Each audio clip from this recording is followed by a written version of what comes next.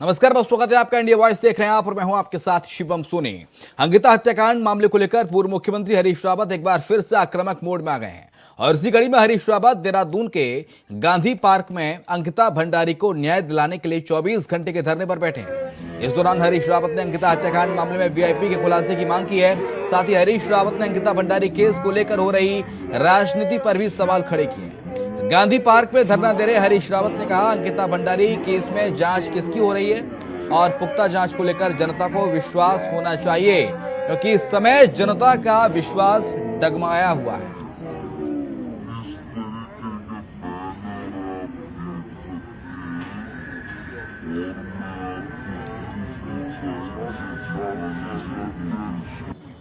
इसके साथ है न इस धरने के साथ कोई राजनीति है, और मैं भगवान से प्रार्थना करूंगा कि इसके साथ कोई राजनीति जुड़े भी नहीं, क्योंकि ये उत्तराखंड का एक सामूहिक संघर्ष है।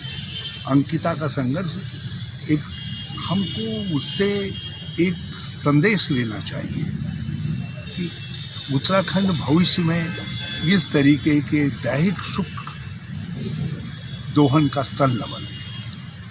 हमारी संस्कृति पर, हमारी आध्यात्मिकता पर, हमारी पहचान पर, हमारी इंसानियत पर भविष्य में भी कोई धब्बा लगाने वाले लोग आगे ना आए, तो उसके लिए एक बड़े मंथन के लिए भी अंकिता का बलिदान हमको झकझोरता है। इसीलिए हम बार बार वो वीआईपी कौन वाली बात कर रहे हैं, उसको खोजो। और आज भी इस धरने की हमारी पुकार गांधी बाबा के सानिध्य में इसी बात की है कि एक वो कौन है वो दुष्ट आत्मा जिसको हमारी बेटी को परोसे जाने की आशंका व्यक्त की जा रही है। कि हरीश रावत जी की पूरी तरह से राजनीतिक नौटंकी है और वो अपने अस्तित्व की लड़ाई लड़ रहे हैं। अगर हम बात करें अंकिता हत्याकांड की, तो बहुत दुखद घटना हुई थी। उसको लेकर के सरकार के द्वारा जो एसआईटी बैठाई गई, उस एसआईटी के द्वारा बहुत पारदर्शी तरीके से और निष्पक्ष जांच की गई है, और जिसको माननीय उच्च न्यायालय ने भी जो है उसको सही ठहराया है और उस पर मुहर लगाई कि किसी प्रकार की जांच में कोई गड़बड़ी नहीं है, और इसीलिए सीबीआई जांच से भी कोर्ट ने मना किया था। मैं कह सकता हूं कि जो जांच एसआईटी ने की है वो अंकिता को न्याय दिलाने के बहुत अच्छी तरह से जांच हुई है।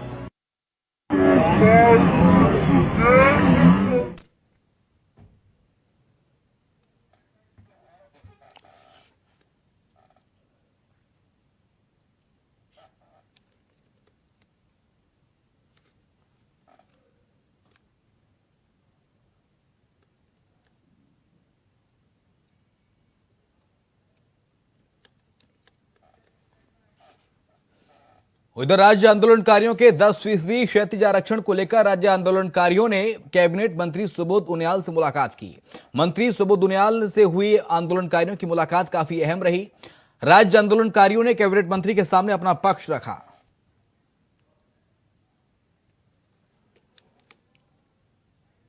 आंदोलनकारियों का आरक्षण इस राज्य में दिया गया था, उसके बाद माननीय उच्च न्यायालय के द्वारा उसको रद्द करने का निर्णय लिया। फिर हम सरकार की ने इसको फिर एक बार अपना ऑर्डिनेंस जारी करने के लिए राजभवन भेजा था। राजभवन से वापस आया तो अब कैबिनेट सब कमेटी बनी है। सरकार का रुख सकारात्मक है, और सरकार अगर पॉजिटिव ना होती तो सरकार ऑर्डिनेंस के रूप में राजभवन को भेजती। लेकिन चूंकि इसमें कानून का इन्वॉल्वमेंट है, तो पूरा कानूनी जो बिंदु है उनकी समीक्षा करने के बाद बहुत जल्दी इस पर निर्णय लिया। जैसे आप सबको विदित है कि उत्तराखंड राज्य आंदोलनकारियों का जो 10% क्षैतिज आरक्षण लंबे समय से जो है प्रभावित हो रखा था, तो आज अच्छी बात यह है कि माननीय मुख्यमंत्री ने जिस प्रकार से जो त्रिस्तरीय समिति बनाई है, उसके अध्यक्ष श्री सुबोध उनियाल जी जो कैबिनेट मंत्री हमारे हैं, उन्होंने भी आज इस बात को लेकर सकारात्मक एक कहा कि सरकार के जो हमारा जो वो है पॉजिटिव वे में है कि हम राज्य आंदोलनकारियों के लिए कुछ करें, और जल्दी ही इसका जो निर्णय जो है इसको लिया जाएगा। तो उत्तराखंड राज्य आंदोलनकारियों की तरफ से मैं यही आशा कर रहा हूं कि जल्दी से जल्दी 1 माह के अंदर अगर ये आ जाएगा, अन्यथा हमें सड़कों पर आने के लिए विवश न होना पड़े, क्योंकि हमारे कई युवाओं का जो है भविष्य उस 10% क्षैतिज आरक्षण पर टिका हुआ है। कोरोना की संभावित लहर को लेकर जहां सरकार आंदोलन अधिकारियों को मुस्तैद रहने के निर्देश सरकार ने दिए हैं, तो वहीं राज्य के बेकार इंतजाम आज भी सरकार की तैयारियों को चौपट कराने का काम कर रहे हैं। आलम यह कि शुरुआती दौर में ही सबसे ज्यादा लोगों को भी कोविशील्ड वैक्सीन लगाई गई थी, जिसके बाद अब बूस्टर डोज भी लगना है, लेकिन राज्य में ये नाकामी है, जिसके चलते लोगों को अब इंतजार करना पड़ रहा है, क्योंकि कोरोना की लहर नजदीक है, कोरोना को लेकर अलर्ट है, तो वहीं बूस्टर डोज को लेकर जो खुराक है वो बेहद कम है। लोग वैक्सीनेशन सेंटर आ रहे हैं वैक्सीन के लिए, लेकिन निराश होकर लोगों को वापस लौटना पड़ रहा है।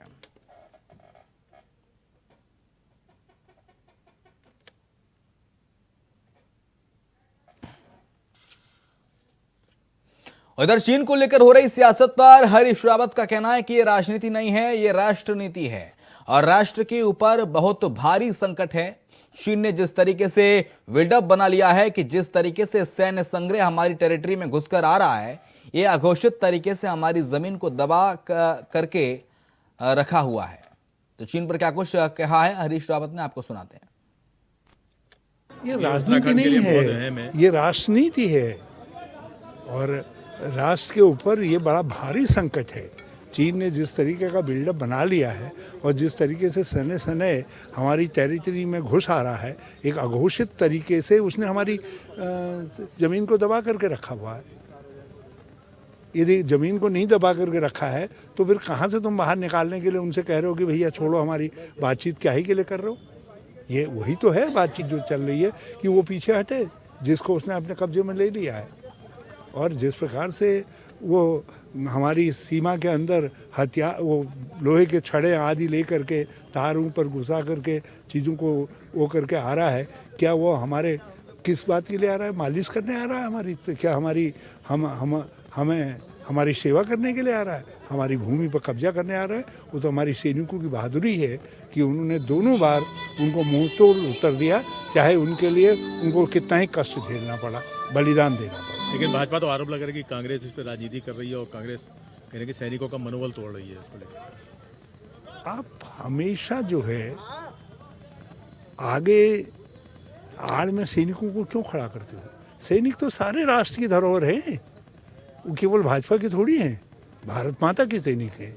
उनका ये अपमान करने का भाजपा को कोई हक नहीं है कि आप उस सैनिकों पर अपना एक अधिकार जताने की कोशिश करें। वो तो राष्ट्र के सम्मान है, राष्ट्र की शान है। उनके बलिदान पर हमको गौरव है, उनकी बहादुरी पर हमको गर्व है, लेकिन उनके सम्मान को, उनके गौरव को आप राजनयिक कमजोरी से व्यर्थ जाने देंगे? हम कहते हैं 1962 में का भारत नहीं है। 1962 से ही देश ने तैयारियां शुरू की, उसके बल पर आज हम एक बड़ी महाशक्ति हैं। किस परमाणु बम किसने बनाया? इतनी जितनी रक्षा फैक्ट्रियां हैं जिनको आज आप बेच रहे हैं, ये किसने? ऑर्डिनेंस फैक्ट्री इत्यादि किसके समय में खड़ी हुई? जितने बड़े बड़े जहाज इत्यादि हैं जिनमें मिराज से लेकर के राफेल तक, ये सब सौदे कांग्रेस के समय में हुई है। जितनी सबमरीन्स आई हैं सब कांग्रेस के समय में आए हैं। जितने डिफेंस और सिस्टम हुए हैं सबकी परचेज कांग्रेस के समय में हुई है। लेकिन हमने कभी सीमा के और देश की रक्षा के सवाल को पार्टी और सरकारों के साथ जोड़ करके नहीं देखा है। हमने उसको भारत के मान सम्मान के साथ देखा है। आज चीन बराबर हमारे मान सम्मान पर चोट कर रहा है और मोदी जी जो है सी भैया उनके साथ कभी झूले में झूल रहे हैं, कभी अध्यात्म पर बातचीत कर रहे हैं। और निरंजनी अखाड़े के आचार्य महामंडलेश्वर स्वामी कैलाश नंद गिरी ने आरोप लगाया कि कुछ अराजक तत्वों के द्वारा उनको देश के प्रमुख संतों को निशाना बनाया जा रहा है। और कुछ दिन पहले उनके हरिद्वार के चंडी घाट स्थित आश्रम में एक व्यक्ति आया था और नाम बदलकर आश्रम की रजिस्टर में बाकायदा उसने एंट्री की, और जिसकी उनकी रेकी के जिसको प्रयागराज पुलिस ने पकड़ भी लिया है। पुलिस की गिरफ्त में आरोपी के आने के बाद वो अपने बयान लगातार बदल रहा है। विक्रम नाम का आदमी फोन करता है 3 दिन पहले, बोलता है मैं हरिद्वार से बोल रहा हूँ, कैलाशानंद जी महाराज का मैं बहुत खास सेवादार हूँ, आपसे मिलना है, बहुत बड़ा काम है। तो मैंने कहा क्या काम है? उसने कहा आकर के ही बताऊंगा, फोन पर नहीं बता सकता। मैंने कहा आ जाओ, मेरा ये पता है, मुझसे पता पूछा। मैंने पता क्या? उसने कहा लोकेशन भेज दीजिए। मैंने भेज दिया। 10 साढ़े 10 बजे वो मेरे पास आता है और बैठ करके वो कहने लगता है कि हमारा जो है बहुत बड़ा षड्यंत्र हम बना रहे हैं और उस षड्यंत्र में मेरा साथ दीजिए। 1 तारीख को कैलाशानंद जी महाराज के यहाँ कार्यक्रम है बहुत बड़ा, जिसमें सारे महात्मा इकट्ठा होंगे। मैं सारे महात्माओं को एक साथ खत्म कर दूंगा और मैं भाग जाऊंगा नेपाल 12 बजे से। नेपाल से मैं विदेश चला जाऊंगा, मुझे कोई पकड़ नहीं पाएगा, इसमें मेरा साथ दीजिए। 20 करोड़ रुपया की मांग कर रहा था। मुझे संदिग्ध लगा, मुझे उससे खतरा लगा। मैंने तुरंत पुलिस को फ़ोन किया और उसे गिरफ्तार करवा दिया। 29 नवंबर को वो आया है, 4 लोगों से आश्रम में मिला है, 5 घंटे वो रहा, 500 रुपये की उसने रसीद कटवाया है, 500 रुपये की उसने रसीद कटवाया है गौशाला की, और फर्जी रसीद कटवाया है, फर्जी अपनी आईडी जमा किया है, आश्रम की बाहर की रैकी किया उसने, एक नक्शा बनाया है प्लेन पेपर पे। तो कहने का तात्पर्य कोई न कोई व्यक्ति उसके पीछे जरूर है और उसकी जांच पुलिस को करनी चाहिए, पुलिस कर रही है। उत्तराखंड पुलिस, क्योंकि हमने यहाँ एसएसपी साहब को भी बताया है, हमने डीएम साहब को भी बताया है, रविंद्रपुरी जी महाराज, हरिगिरी जी महाराज यहाँ आ गए हैं, सभी लोग अभी बात करेंगे इस विषय पर पुलिस से। और पुलिस निस्संदेह, उत्तराखंड पुलिस और उत्तर प्रदेश पुलिस इसको सही जांच पड़ताल करके सही अंजाम तक पुलिस पहुंचेगी। देखिए, बहुत दुख का विषय है। जब भी हमें ये सुनने में आया हम खुद बहुत दुखी हो गए, क्योंकि आपने देखा होगा करीबन 1 साल बीत गया है, ये लोग हमारे पीछे लगे हुए हैं। कैलाशानंद जी महाराज है, हरिगिरी जी महाराज है, मैं हूँ, ये हम लोगों को बर्दाश्त नहीं कर पाते हैं। तो हमारा ये मानना ही नहीं, जो हमारे विरोधी लोग हैं, जो हमें नहीं चाहते, जो हमें बर्दाश्त नहीं कर पाते, उन्होंने एक व्यक्ति को हायर किया हुआ है, उसको पैसा दे करके उसको ये किया था कि भाई जो इनके यहाँ खीर बनेगी, खीर में जहर मिलाया जाए ताकि इनकी हत्या हो जाए। परंतु दुख का विषय ये है कि उस खीर खाने से खाली हमारी हत्या नहीं होती, उससे सैकड़ों लोगों की हत्याएं हो जाती। इसलिए हमारा जो यूपी पुलिस है, यूपी पुलिस इसकी जांच कर रही है और उसको जो है कड़ी से कड़ी सजा मिलेगी। अखाड़े की तरफ से भी कोई कार्रवाई कर रहे हैं? नहीं, देखिए, अखाड़ा जो है पूरा सतर्क हो गया है। अब हमें इतनी दिक्कत आ रही है कि हम जो है भंडारा करें तो कैसे करें। अगर भंडारे में किसी को बुलाएं, किसी ने कुछ मिला दिया तो कैसे आयोजन होंगे। जहाँ भी हलवाई हम बिठाएंगे तो हलवाई क्या कर सकता है। अब हमने यही कहा है कि जितने भी हलवाई है, जब भी हलवाई बैठेगा तो वहाँ पे कैमरा होना बहुत ज़रूरी है। कैमरे जहाँ लगे होंगे वहाँ पे ही हमारा जो दाल चावल खीर बनेगी वहाँ पे ही बनेगी। क्या पता कल कौन आ जाएगा, उसमें क्या मिला देगा। इसलिए सब चीज़ें देख के हम जो है इसके लिए एक मीटिंग बिठाएंगे। मीटिंग के बाद फिर हम निर्णय लेंगे। सुरक्षा को लेकर भी कोई मांग करेंगे? देखिए, सुरक्षा हमारे पास है, सुरक्षा की दिक्कत नहीं है, लेकिन जो छल होता है, छल का जवाब हम कैसे दे सकते हैं। खाने में कोई जहर मिला देगा, कोई पीछे से फायर मार देगा तो दिक्कत उस चीज़ की है। बाकी हमारे पास सुरक्षा है, सब कुछ है, उसकी कोई दिक्कत वाली बात नहीं है। प्रदेश के मुख्यमंत्री पुष्कर सिंह धामी आज सिखों के 10वें गुरु गोविंद सिंह के पुत्रों की धर्म के लिए अपनी शहादत देने के बलिदानी दिवस के अवसर पर खटीमा मुख्य बाजार स्थित गुरुद्वारे में पहुंचे, जहां उन्होंने मत्था टेका। मुख्यमंत्री ने देश की सुख शांति और प्रदेश की खुशहाली के लिए अरदास भी की। वहीं मीडिया से वार्ता के दौरान मुख्यमंत्री ने कहा कि आज के ही दिन सिख धर्म के 10वें गुरु श्री गुरु गोविंद सिंह के पुत्रों ने धर्म के लिए अपनी शहादत दी थी। देश के अंदर 10वें गुरु गोविंद सिंह जी के साहबजादों का बलिदान बहुत बड़ा बलिदान था और देश के अंदर लंबे समय से इस बात की मांग उठती रही है कि उनके बलिदान को पूरा देश जाने, भावी पीढ़ी जाने, उसके लिए काम होना चाहिए था। देश के इतिहास में बहुत पहले से ये काम होना चाहिए था, लेकिन नहीं हो पाया। यह काम भी हमारे देश के यशस्वी प्रधानमंत्री मोदी जी ने वीर बाल दिवस के रूप में मनाने का जो निर्णय लिया है, देश के अंदर जो आज 26 दिसंबर को अनेकों कार्यक्रम गुरु गोविंद सिंह जी के साहबजादों के बलिदान दिवस के रूप में मनाया जा रहा है। निश्चित रूप से यह आने वाली जो हमारी पीढ़ी है वो भली भांति उनको स्मरण करेगी, उनसे प्रेरणा लेगी कि धर्म के लिए बलिदान होने वाले, धर्म के लिए अपना त्याग करने वाले तमाम प्रकार की जो क्रूरता और अत्याचार सहन करने वालों का नाम हमेशा अमर रहेगा। बात उत्तरकाशी की, जहां पर सोमवार को पुरुला बाजार बंद रहा। धर्मांतरण का विरोध में बाजार बंद किया गया था। वहीं पुलिस मामले की तफ्तीश में भी जुटी हुई है।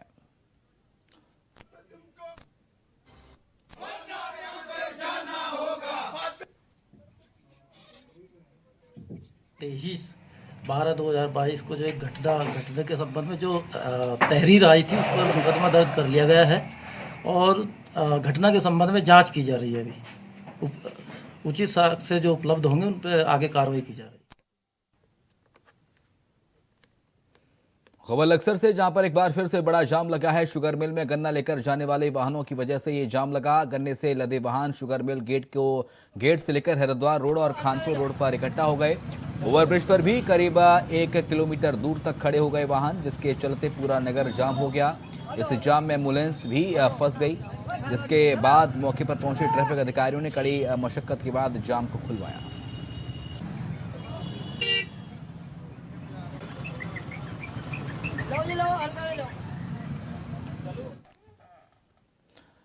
स्वराज दिवस के मौके पर देहरादून के थानों और टिहरी के कोडारना गांव में चौपाल का आयोजन किया गया, जिसमें एक शिक्षा महानिदेशक बंशीधर तिवारी शामिल हुए। उन्होंने ग्रामीणों के बीच जमीन पर बैठकर समस्याओं को सुना, चर्चा की और समस्याओं को जल्द दूर करने का आश्वासन भी दिया।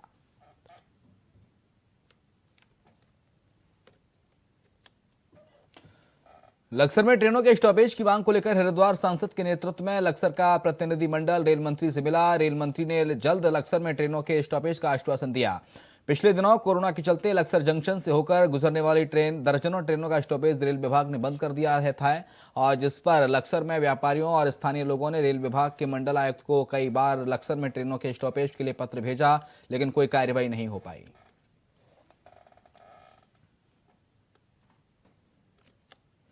उत्तराखंड विधानसभा से बर्खास्त कर्मचारियों ने अनिश्चितकालीन धरने के 8वें दिन भी विधानसभा के बाहर धरना जारी रखा। देहरादून डीएम और प्रशासन ने बर्खास्त कार्मिकों को 3 दिन के भीतर स्पीकर और मुख्यमंत्री से मुलाकात कराने का आश्वासन दिया है।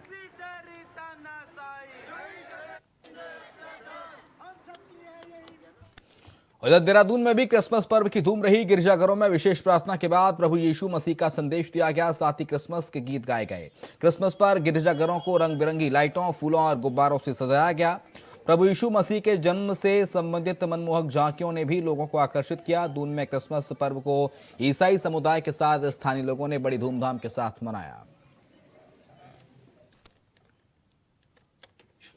देहरादून में ऑपरेशन इनामी के 21वां इनामी गैंगस्टर गिरफ्तार किया गया है। पुलिस की माने तो कुख्यात नकबजन पर 25,000 का इनाम घोषित था। साथ ही उधम सिंह नगर में चोरी और गैंगस्टर के कई मुकदमे दर्ज हैं। उत्तराखंड एसटीएफ की बड़ी कामयाबी बताई जा रही है।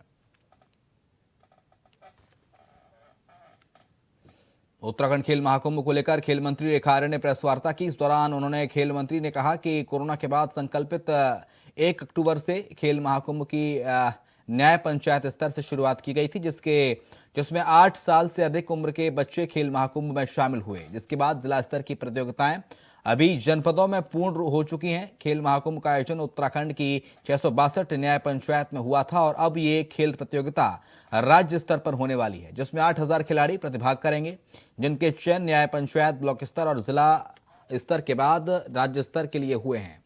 29 दिसंबर को राज्य स्तरीय खेल महाकुंभ का आयोजन होगा, जिसमें मुख्यमंत्री पुष्कर सिंह धामी मुख्य अतिथि रहेंगे। साथ ही इस महाकुंभ में दिव्यांगजनों की एथलेटिक प्रतियोगिता भी आयोजित की जाएगी। इस दौरान प्रमुख सचिव खेल अभिनव कुमार और निदेशक भी मौजूद रहे। राज्य स्तरीय खेल महाकुंभ का आयोजन 29 दिसंबर से हम लोग प्रारंभ करने जा रहे हैं, जिसमें माननीय मुख्यमंत्री जी के कर कमलों से यह शुभारंभ किया जाएगा। और इसमें लगभग 8,000 बच्चे हमारे जो न्याय पंचायत से लेकर ब्लॉक से लेकर जिले स्तर को पार करते हुए आज राजकीय स्तर पर पहुंचे हैं, वो बच्चे इसमें प्रतिभाग करेंगे।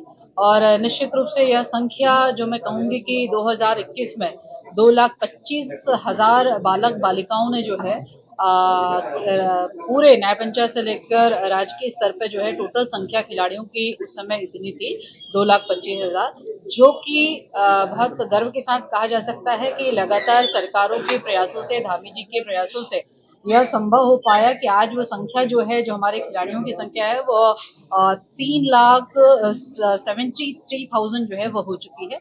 और राजकीय स्तर पे जो है 8,000 के करीब हमारे खिलाड़ी जो है उसमें प्रतिभाग करने जा रहे हैं।